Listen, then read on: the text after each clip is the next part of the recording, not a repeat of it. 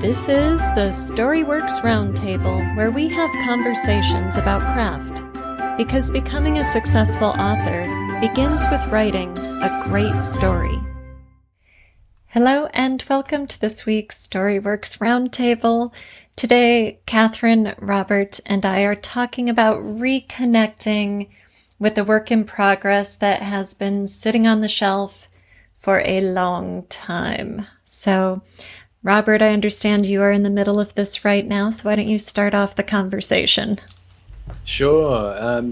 You know how Stephen King says, finish your first draft, put it in a drawer, wait 6 months, then come back to it? Mm-hmm. Yeah, I went the 4-year option for that one.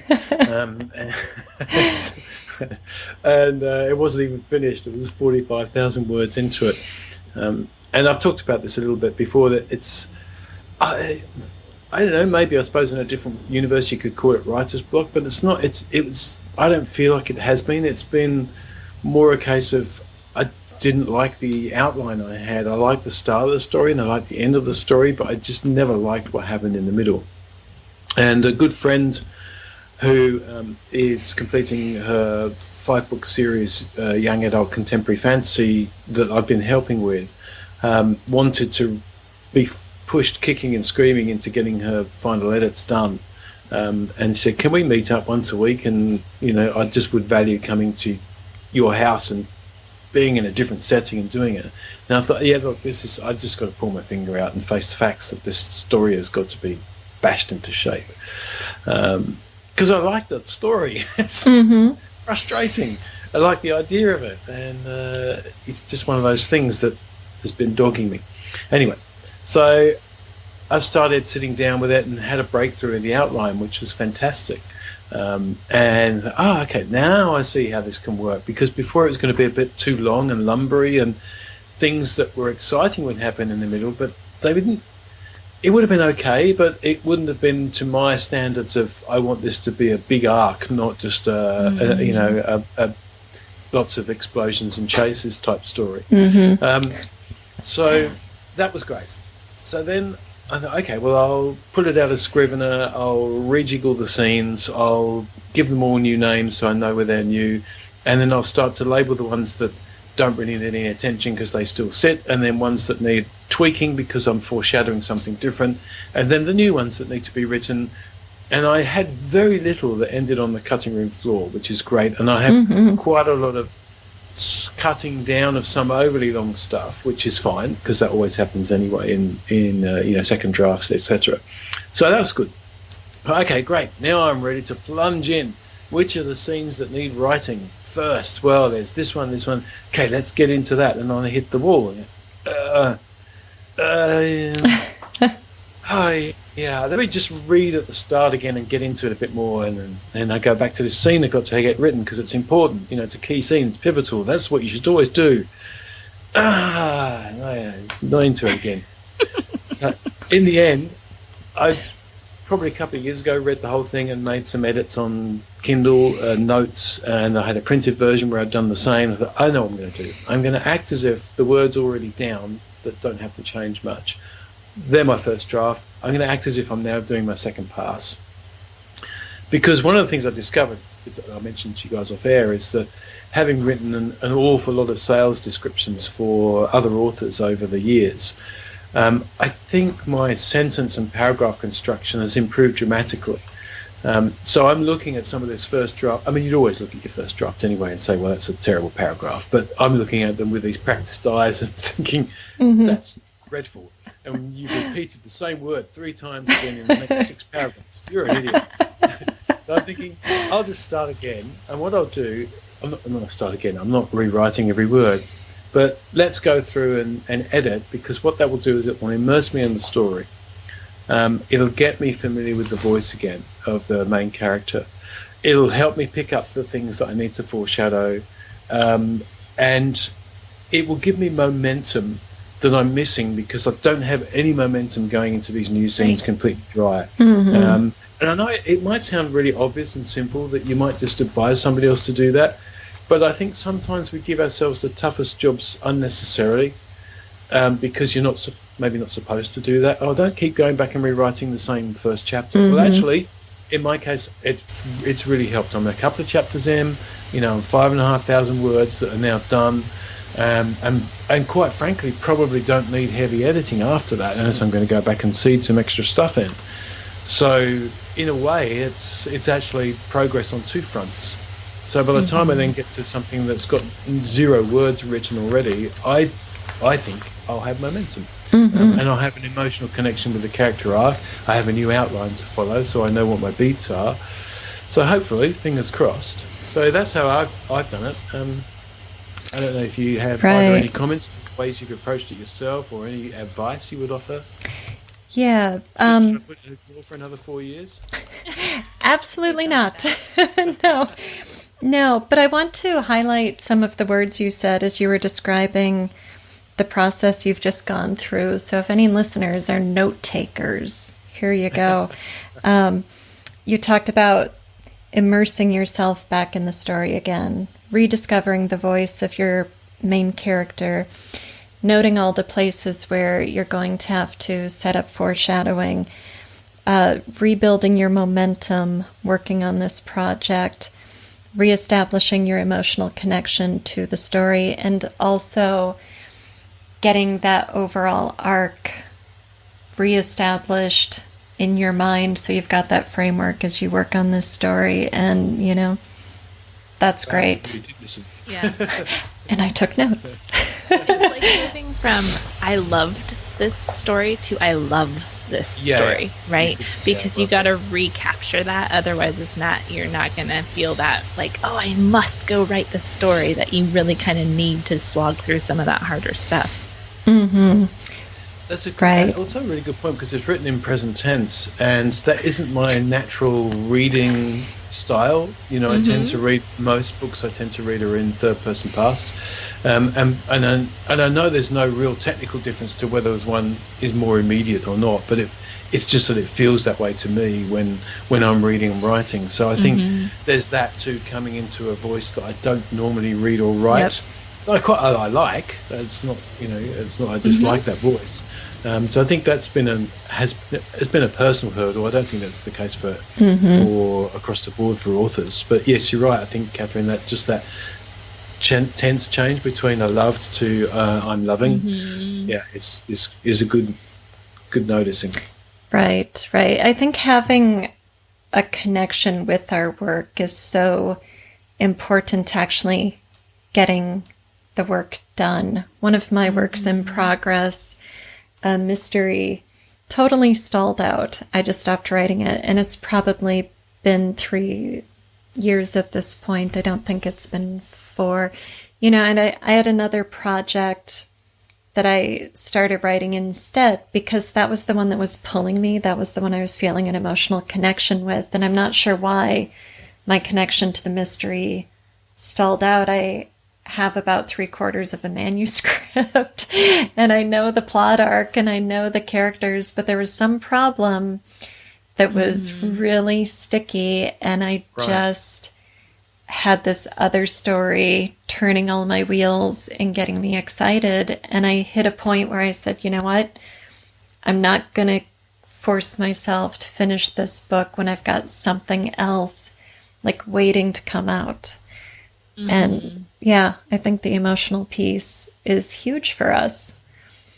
Right. So how do you create that if that is the book that you just needed to write? Like, let's say now it's like, okay, it's been a while and I really just need to get back and write that, and I don't have that emotional connection. I think that's like important. How do we form that? I don't think it can be forced. I think you can go back to that book and play in that field. So maybe you read it like Robert read his draft to re-immerse himself in the story. And if reading it doesn't make you excited, or if you don't feel an interest at least to go deeper, maybe that project isn't meant to be, but you do some reading. Like, suppose I go back to that mystery. Obviously, I'm going to start with reading it because it's been so long. And something in there has to excite me to make me pick it up again. So maybe it's the plot of the mystery. Maybe it's the characters' development as she goes through her arc. Maybe it's the puzzle of why this really happened, why this killer killed, kind of a thing. But if I can't reconnect to that, I don't think I'll be able to go forward with it. Mm-hmm. You know, you can eventually solve the technical problems, but if you don't have the motivation to write it, then I think you can become kind of a mechanical writer, a little wooden in your prose, and maybe rush to the finish. I think it's a really good question, actually, because I definitely faced that over that period of time. It was kind of, you know, it becomes your, what's that? There's a metaphor for it. Anyway, it becomes the thing that occupies you, that's undone, that drives you nuts. It's forever going to haunt you. And so the emotion becomes negative and not positive, which I think is worth trying to understand and turn around. And some of the things Alida mentioned, I think are great ideas. Reading back into the genre or something. I mean, for example, I think this series, I was inspired to write it from reading Red Rising. And so if I really want to probably reconnect with why I got into it again, I probably would reread that. Even though it's nothing like actually what I ended up writing, it's still the reason behind it. Right. And I think although you can't force a properly internalized connection, you can manipulate yourself. I mean, we've all had to do tasks where we know they're unpleasant, but once you get started, there's a sense of either relief or you know you're going to get it done, for example, or it becomes enjoyable after a while.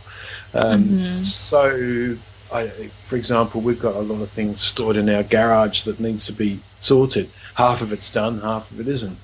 But getting the motivation to go down there and finish the damn thing is just terrible.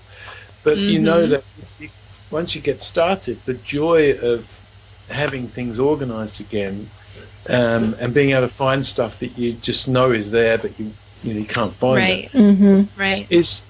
There is pleasure at the end. So the same for me, you know, in restarting this project, there is pleasure in there still to be had. So I think first of all, convincing yourself that there is still pleasure to be had in there by either reconnecting with the initial reason or whatever.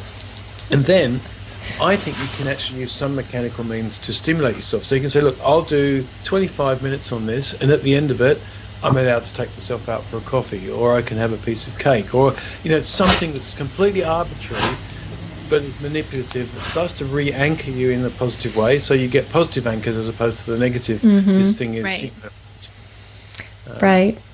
Right. And maybe start, you know, just say, okay, like I did, I'm just going to edit that first chapter because I know it's easy. I think being in touch with your end goal is very important.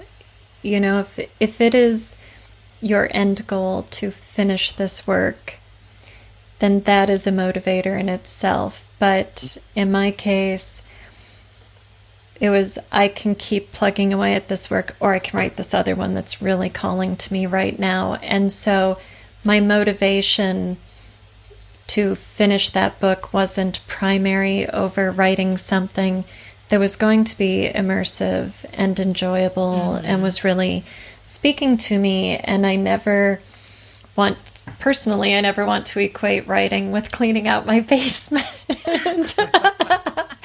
You know, so like, I love the idea of using the mechanical start to get the wheels greased. But if I did that, and after a week or a month or however long I gave it, I still wasn't feeling engaged, I would know it was time to quit. So, you know, time to move on. There's a difference between like having strong, like negative, I'm so mad at myself for not finishing that, or even strong positive, like, oh man, I'm so excited, like I really want to get that done. And then there's the apathy. And if you're in apathy, you know, it's not time to go back to it yet. You know, maybe it's dead, maybe it's not time yet. But if you're feeling that like Robert was, like, oh, it's that thorn in my side niggling away, and I just bothers me that I haven't gone back to it, then you have that emotional connection still. And you have to find a way to turn it back around into the positive, versus where you're just like, eh. Right. That's a great point. That is a really good point. Because if there's an emotional charge, there's something there for you. But if, with my mystery, I'm like, well, I should go back to it someday because it's so close to being done. But I'm not like, right. Oh, why haven't I finished it? And, I'm not. I'm also not excited to queue it up after my current work in progress or something. I'm really fine with it sitting there for now. Right. There you go. If you're listening to this podcast, you are probably a writer, and you've maybe heard me talk about the StoryWorks reading series. It is the new branch in the StoryWorks family tree. It is a literary journal podcast. That's right, a hybrid, a literary journal for your ears, with a print anthology at the end of the year of the best of the podcast. I am open for submissions, and I want to see your best prose right now. I am taking both fiction and creative nonfiction. You can read the guidelines and submit your work at storyworkspodcast.com/submit. What are you waiting for? It's time to see your stories published and sit on the other side of this microphone from me. Have a conversation about your storycraft. Yeah, in a way I was too. I think it just got to a point where you've either got to, do the thing or move on.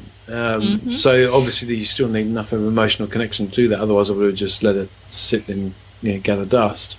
But it got to the point where, well, I'm either going to write off this series and maybe even give up as an author, which I didn't want to do, or I've got to find a way to get back into it and just make it work. And luckily I had Leanne, sort of effectively knocking on the door saying, hey, can we have a weekly writing group, because I'm needing motivation to get going.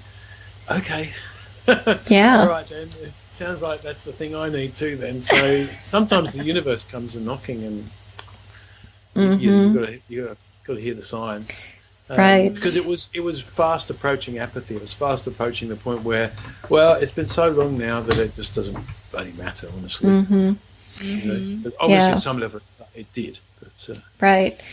I like that you had a friend come knocking, because I find when I'm very stuck in something, not at the level I was with that mystery, but just in general, talking to a writer friend, and usually it's a very specific writer friend who knows me and who knows my work and who's going to have the ability to take it in and give the feedback and be the sounding board. That can really get the wheels turning again. And so I can easily imagine on a long-standing sidelined project like that, getting that friend to, give you accountability, give you motivation, to be a sounding board, to help you grease those wheels, is a great strategy to use to go back to that project.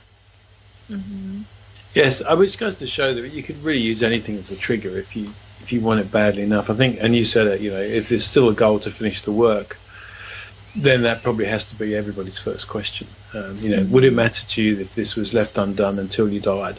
And if people say, no, well then maybe it's time just to say, well, okay, I'll just park it indefinitely. What about you, Kathryn? Because you've had motherhood interruptions, and are you feeling any pressure to have things to keep momentum up, or worried about what you do when you return to big projects? That's a really good question. So I try very hard right now not to put pressure on myself, because I find that I don't do anything. If I put too much on my plate, then nothing gets done, and then my poor kids suffer because mom's trying to do everything else. So mum's an overwhelm again. I know. Mom's an overwhelm, sitting on the couch going like this again. No. But what I try to do is just keep myself like mildly engaged, right? So just enough. So, you know, maybe I only get 45 minutes a week or something where I can actually sit down and put my brain in that box. But that's why I know we've been talking a little bit about in the past months, short stories and stuff. So I've been trying to put short stories in the world of the novel that I still know I want to finish, right? And it's sitting there and I just want it so bad, but I can't. So I'm working on little things within that world to keep the world alive, to keep my interest alive, to keep my enthusiasm and, you know, up as much as I can while not feeling like I'm useless or worthless or not a writer, because that's a death spiral I don't want to get into. And I want to have that when I do have the time again, or when I get the time again, feel like I can just rocket right into it. I don't want to feel like, okay, now where was I 2-3 years ago when I lost all reason? So it's keeping myself just little tiny little drips and drabs, just keeping myself in and reading a lot in the genre and trying to maintain that kind of excitement around it, even though I can't sit down and do it right now with my time constraints, if that makes sense. It's really impressive that you can manage those two things, that you've given yourself permission to not do anything, but at the same time you're working yourself into a cognitive dissonance frenzy that's at some point, you know, you're going to have to get back to this damn thing. Right. You know, it's and to hold those two things is is really impressive. It's sometimes it works, sometimes it doesn't, and when the steam has to blow, I just tell my husband, like, I need an hour because I have to sit down and journal, and if I don't get this out, I'm going to hurt someone. Get something done, you know, something will happen, and he's really good about, okay, gotcha, like, I need to hurt someone. Which character needs to die? I know, who needs to die in this book? I think you're quite planned, so do you have a sense of, not you have to, but do you have a sense of when that time is right? Because you said, you know, when the time's right, you're just going to rocket back into it. Oh man, I'm really hoping that once fall starts and I have my oldest ones going to preschool and the younger one should be in some sort of a rhythm with sleep patterns and things like that, that I can start to, you know, like right now, I just don't know whether I'm going to get 2 hours or 8 hours of sleep a night, whether I get a nap or not get a nap. So I'm hoping once the schedule starts kind of evening out come September, October, that I'll have, you know, a more set time where I can really just like, all right, this is my hour a day, or this is my hour every other day, or whatever works out. So you don't know what you don't know yet, but you know that when you get to it, you'll be able to reassess. So that's perfect. There is a step. And it's really high on the priority list, because you know how you like have like a must do and then the want to do list, and the must do list right now for me is really short because I just can't. But that writing is really close to that line. So then once I have the time for those must do's to incorporate some more things, the writing will pop right over that line, which is really fun. I'm really glad you've said all of this, Kathryn, because I'm sure it's resonating with a ton of our listeners who are also finding themselves in time constraints for whatever number of reasons, who really want to be in the writing mode and are struggling with feeling good about themselves, good about being a writer or a creative person or not because of their circumstances. I know we've all been there. We've you know, been doing this show long enough that we've seen some of life's ups and downs go through all of us, and your strategy of just staying in touch with your story and keeping it short but keeping it alive is huge. Yeah, I applaud that. Thank you. It speaks to a really bigger picture of what it means to be a working writer, though, doesn't it? Because I think has been said by many a person, you know, if you're choosing to do this, you better make damn sure you're choosing to do it for a good reason, because there are easier ways to make money. There are easier ways to spend your day. It's, you know, it might be joyful when you read your work and you think, I'm so proud of that. You know, I really, you know, when you get to a point where it is like that, when obviously we all know it can be love-hate, but there comes a point where, you know, you are birthing some art. And so unless there's something in you that needs to do that, it's not a wise choice to make. Right. I suppose there are a few working writers who, churn stuff out, and it's what they do. Right. But I think for the vast majority, we're drawn to it because probably of an initial love of the product. We've all been readers. Mm-hmm. Right. And I think if there was ever going to be a time where I would have just said I'm done. Like, I guess I'm not really a writer. I guess this isn't really a priority. Like, this would have been the time in my life where that would have happened.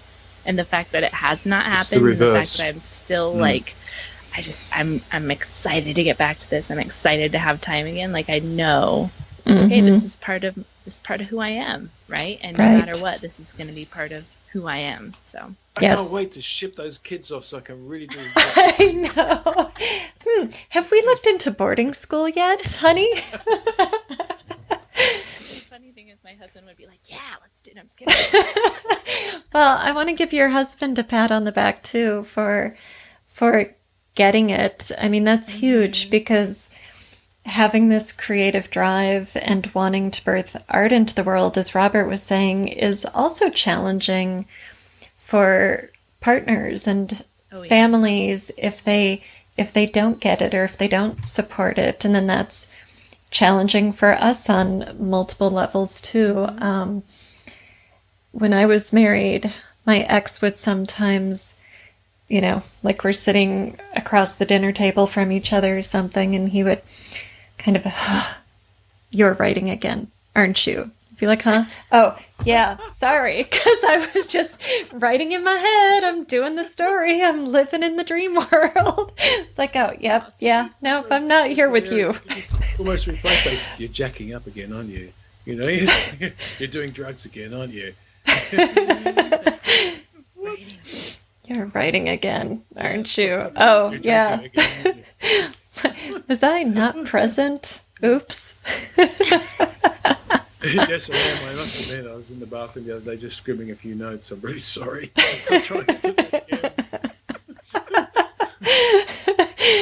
Yes. So, anyway, we are happy for having people in our lives who get it and support it. You can't praise it enough, and it's not a smooth path. I think being a creative professional, and it doesn't matter what it is, whether you're writing, painting, playing music, sculpting. Any art is not essentially a commercial activity, yet we have to make it that way if we're going to pave our way through the world. Well, unless we're supported by a philanthropist. So if there are any philanthropists out there who love this podcast, and we're up for it. Yes, patronage applications can be sent to info@storyworkspodcast.com. There you go. Yes, we will name our characters after you. It's a little late to name our firstborns after you, but yeah, we can name characters after you. They had patrons and a lot of artists. Yeah, a lot of music. I was going to say, we'll move to your estate. We'll live in your, we'll live in your garage. Oh, wait. No, sorry. Yeah, now that's getting a little Silence of the Lambs or something. Little, yes.